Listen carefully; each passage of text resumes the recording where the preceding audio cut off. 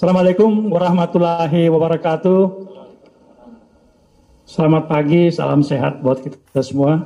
Yang saya hormati Pak Ketua Umum, ya, para senior, Pak Faturi, Pak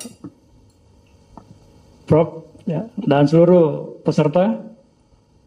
Tidak kalah pentingnya juga para narasumber di sebelah saya. Moderator juga, Pak. Moderator, ya. Jadi ada dua sektor yang menjadi perhatian masyarakat dunia. Yang pertama adalah keberlanjutan energi, yang kedua adalah keberlanjutan penyediaan pangan. Perikanan ini adalah salah satu kontributor untuk penyediaan pangan yang berkelanjutan. Poin kita pada hari ini adalah bagaimana perikanan budaya bisa berkelanjutan. Itu yang ingin kita coba diskusikan. Kalau kita bicara keberlanjutan, ada 3 subsistem yang menjadi pendukungnya. Next. Lagi. Ya, yang pertama adalah dari sisi ekonomi. Bagaimana komunitas kita punya daya saing. Bagaimana efisiensi kita ciptakan di situ. Bagaimana nilai tambah kita ciptakan di situ. Ini yang harus kita coba diskusikan. Jawabannya adalah teknologi terkait dengan itu. Yang kedua, lingkungan harus kita jaga. Eksternal tidak bisa kita pertahankan, dia pasti akan turun. Tapi kita coba mengurangi kecepatannya. Itu juga teknologi. Dan lingkungan internal harus lebih baik, maka itu juga bicara teknologi, termasuk tadi geolit sudah dibicarakan. Yang ketiga adalah sosial, ini juga penting. Bahwa masyarakat merasakan manfaat oleh adanya aktivitas industri budaya di tempat itu. Nah, jangan sampai dilupakan dan mereka menikmati.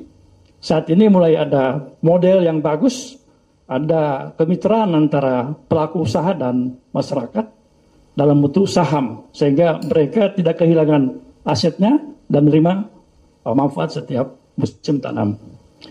Mungkin 3 poin itu akan saya coba ulas, dan saya akan mengambil referensi dari luar dulu, Pak, agar kita bisa berkaca bagaimana Ekuador, bagaimana Vietnam, bagaimana Cina, dan bagaimana India, ya. Lanjut.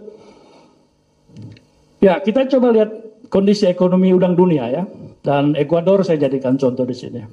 2023 produksi udang dunia itu kurang lebih 5,4 juta ton. Diperkirakan 2024 ini antara 5,7 sampai 6,1 juta ton. Kontribusi kita hanya 400.000 ton. Data dari asosiasi, bukan dari pemerintah, Pak Nonot, ya. Asosiasi kita hitung jumlah benur yang diproduksi, ditebar, jumlah pakan dapat 400.000 ton. Ekspor kita hanya 250.000 ton. Ekuador yang garis pantainya hanya 2.300, ekspornya 1,1 juta ton. Jadi begitu jauh, jadi kita miris ini, kita 100.000 kilometer. Tapi ekspor kita hanya 260.000 ton dengan nilai 1,9 miliar dolar US. Ekuador 6,6. Nah, gimana ini buat ispikan ini? Kontribusinya seperti apa? Kemudian kita harus lihat ada gap, ya, antara produksi sekarang dengan permintaan. Tinggal 1,2 juta ton, Pak, maksimal.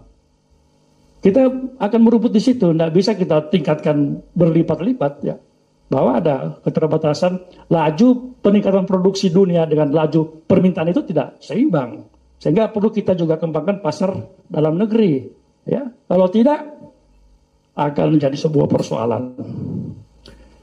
Yang berikutnya, Ekuador ini mengirim ke Cina hampir 70%. Padahal jauh dari Ekuador ke Cina, kita lebih dekat. Kita tidak bisa masuk ke Cina. Kenapa? Karena mutu kita di bawah. Kita bisa masuk ke pasar Amerika 70% yang belum mempersoalkan mutu. Yang penting diproses, mereka konsumsi. Tetapi ingat, ke depan dia juga pasti menuntut mutu. Ini hal yang perlu kita coba gali, bagaimana agar ini bisa menjadi sebuah solusi. Lanjut. Nah, Ekuador juga pernah kena penyakit, Pak. Pernah tinggal 60.000 ton dia. Ya, ini juga kita harus belajar. Kita kena penyakit tapi tidak keluar-keluar Pak, tetap bertahan pada kondisi itu. Tahun 2000 Ekuador mulai bangkit, ya dari 60.000 ton, 2023 dia mencapai 1,2 juta ton. Apa yang dia lakukan? Yang pertama, genetic improvement Pak. Jadi mereka kembangkan industri induknya, ya, dengan karakter spesifik patogen free, bebas penyakit, dan 3 lain genetik yang bisa tumbuh cepat, yang bisa dia balance antara daya tahan dan tumbuh, dan yang ketiga adalah toleran. Nah, kita belum sampai ke sana. Kita 90% masih impor induk dari Hawaii dan Florida. Kita punya NBC di Indonesia, swasta baru di Lampung dan di Bali, ditambah dengan Karangasem, ya, mudah-mudahan juga bisa sama prestasinya yang di Ekuador, ya. Dan yang kedua, regulasinya di Ekuador boleh ekspor induk, tidak boleh impor. Karena kalau impor potensi bawa penyakit, Pak. Jadi jangan berharap kita bisa bebas penyakit kalau masih tergantung induk dari luar. Ini prinsip yang harus dipegang ahli penyakit, bahwa boleh ekspor, tidak boleh impor. Ya. Kalau kita masih 90% impornya Pak, jadi ini juga sebuah persoalan di ini bagaimana ini diselesaikan. Yang kedua, biosecurity Pak. Pakan induk kita berupa cacing itu sudah tidak SPF Pak, sudah banyak penyakit. Jadi pintu masuknya dari situ. Ya. Meskipun infrastrukturnya bagus, kalau cacingnya sendiri masih berpenyakit karena dari alam, belum bisa budidaya, ini juga repot. Hanya ada 1-2 hatchery yang mengimpor cacing dari Belanda. Karena betul-betul sudah spesifik patogen free. Dan terbukti konsistensi mutu dia sangat bagus. Nah, ini adalah sebuah testimoni bahwa kalau dia menggunakan SOP yang betul, maka hasilnya pasti konsisten.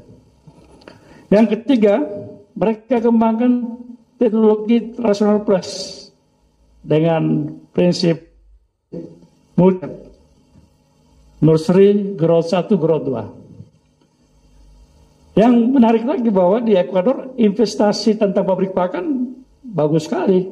Dan di sana ada pakan fungsional Pak. Satu untuk imun dan satu untuk growth. Bisa dibayangkan, pada 1 bulan terakhir ADG-nya 0,8 Pak. Bayangkan kalau 30 hari 24 gram tambahnya. Makanya kita kalah dalam sisi efisiensi. Yang berikutnya lingkungan, ya, ini pasti mereka betul-betul ketat, tandon, kemudian juga buangannya juga seperti itu, antara inlet outlet terpisah. Yang menarik lagi berbasis sensor Pak, baik kincirnya maupun automatic feeder berbasis sensor. Kalau oksigennya turun, otomatis dia jalan, ya, sehingga efisien. Kemudian pakannya juga seperti itu. Kalau udang sudah sekitar auto feeder, dia akan lepaskan pakan. Jadi sangat efisien sekali. Yang berikutnya regulasi, ya, saya kira regulasinya sangat menunjang, ya. Ada afirmasi kepada masyarakat dan ini menjadi sebuah hal penting. Pemerintah betul-betul sebagai regulator, bukan player, ya. Ini yang harus kita coba contoh Ekuador, dia regulator, murni regulator. Apa yang menjadi kebutuhan stakeholder mereka penuhi. Lanjut,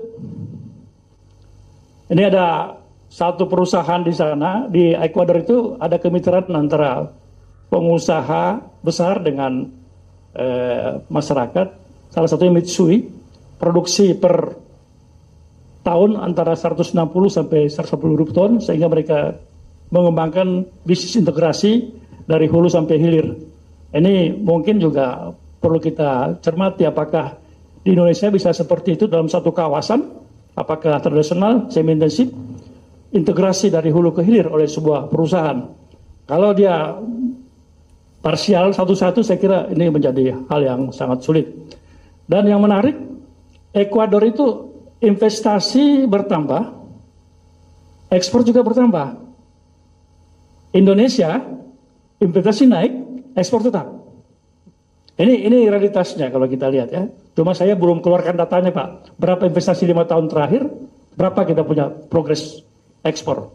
Ini kalau ada bagus sekali nih, menjadi bahan evaluasi kita. Ya, bahwa ada hal yang perlu dibenahi nih. Lanjut. Nah ini produksi tadi, lanjut. Ya ini garis pantai Pak. Kita malu ini Pak Ketua Umum. Kita hampir 100.000 tapi hanya 400.000 ton itu. Kalah sama Vietnam, ya, kalah sama Ekuador apalagi. Jadi saya kira ini cambuk buat kita semua, ya. ISPIKA ini kan himpunan alumni perikanan. Sama-sama kita pikirkan nih bagaimana supaya bisa keluar dari persoalan. Ya. Lanjut. 35 menit. Mengapa nursery? Ya. Ada 2 poin yang kita harus coba tekankan. Satu, the golden age. Bahwa setiap makhluk hidup punya usia emas. Sama dengan manusia. Balita kalau gizinya nggak cukup, ya jangan harap dia bisa tumbuh bagus dan cerdas. Makanya perlu nursery. Ya, karena nursery pada fase itu. Yang kedua, coba lanjut. Lanjut. Imun dan pertumbuhan. Udang nggak punya imun, Pak. Tapi bisa di-trigger. Pada saat di nursery berikan imunostimulan, di-trigger. Maka dia punya imun. Sehingga pada saat pindah, dia sudah ditahan. Lanjut. 4 menit lagi nih. Terus. Ini multi step di Parigi Mountain Pak. Kita udah coba ala Ekuador di sana dan memang beda Pak. Di nursery kita kepadatan 10 ekor per meter kubik, di growth 1 beton juga 1000 ekor per meter kubik. Di growth 2-nya semi intensif Pak. Ya, hanya sekitar kita nggak hitung lagi tapi kira 80 ekor per meter. Itu bisa 20 ton. Bisa efisiensi pakan karena cuma 2 bulan di tempat itu. Jadi ini adalah pola-pola yang kita coba kembangkan dan mungkin kita coba rumuskan untuk dimasifkan. Lanjut. Lanjut. Lanjut terus. Lanjut kita. Lanjut terus. Sudah, ini habis waktu ini. Ya. Ini proyek saya di Kalimantan, Pak. Sudah siklus ke-9.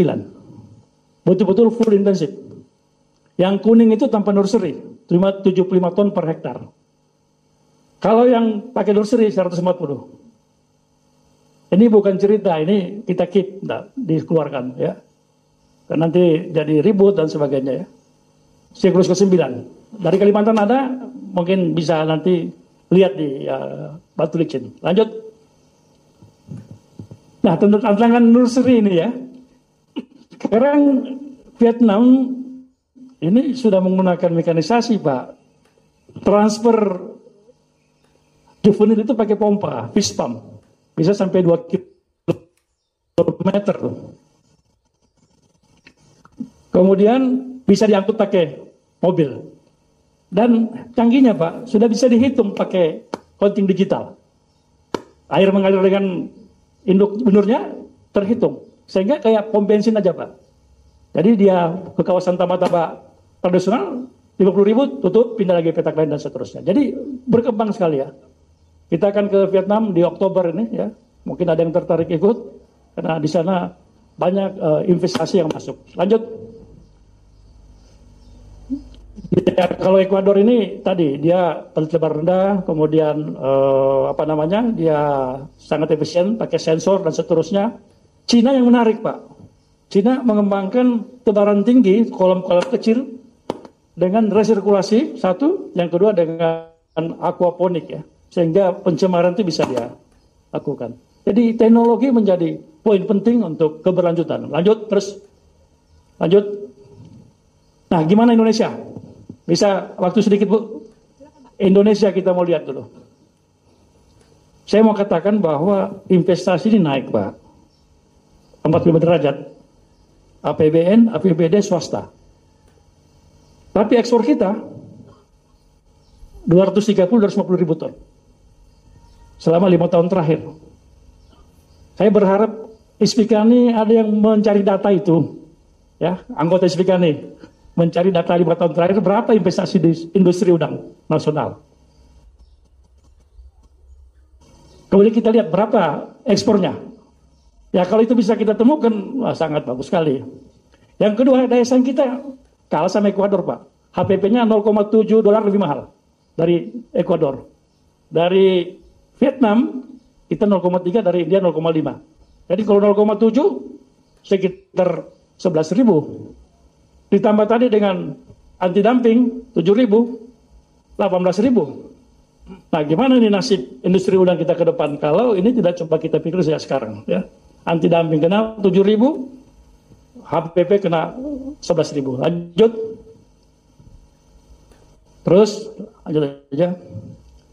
Nah, ini masukan ada 13 untuk tata kelola berkelanjutan, ya. 13 nanti dicatat saja. Yang pertama bahwa kita harus kembangkan industri berstok, ya. Tidak bisa tidak, ya. Tanpa itu saya kira sangat sulit, dan tadi KKP sudah mencoba dengan ADB, Pak, ya. Mengembangkan itu, saya kira kita berharap ini salah satu solusi untuk itu. Hanya saja pakan cacing tadi, Pak, harus menjadi pikiran kita. Lanjut. Terus. Nah, ini kelembagaan Shrimp Sustainable Partnership. Ini Pak Agus mungkin bisa menjadi sebagai pionir untuk membangun kelembagaan ini, yang tentunya memetakan persoalan-persoalan kita dari hulu hilir, kemudian membuat masukan rekomendasi, ya. Ini juga saya kira ISPK ini bisa berperan di situ, karena ISPK ini ada di mana-mana, ada pemerintah dan seterusnya.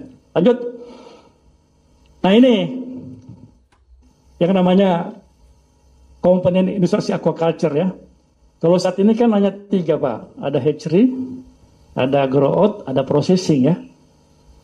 Tapi di Ekuador, di Cina, di Vietnam, India malah ada broodstock, industri broodstock yang terhidup, ada hatchery, ada nursery, ada grow out, ada processing. Pemerintah berperan sebagai regulator saja, ya, terhadap 5 subsidi ini, memberikan dorongan, memberikan solusi terhadap persoalan-persoalan dihadapi. Asosiasi melakukan koordinasi. Nah, kalau ini kita bisa bangun, saya kira persoalan 2 juta ton bisa kita capai, Pak. Lanjut. Saya kira ini pas. Lewat lah. Lewat, ya. Sudah di press sudah lewat. Demikian, terima kasih. Wabillahi taufiq wal hidayah. Wassalamualaikum warahmatullahi wabarakatuh.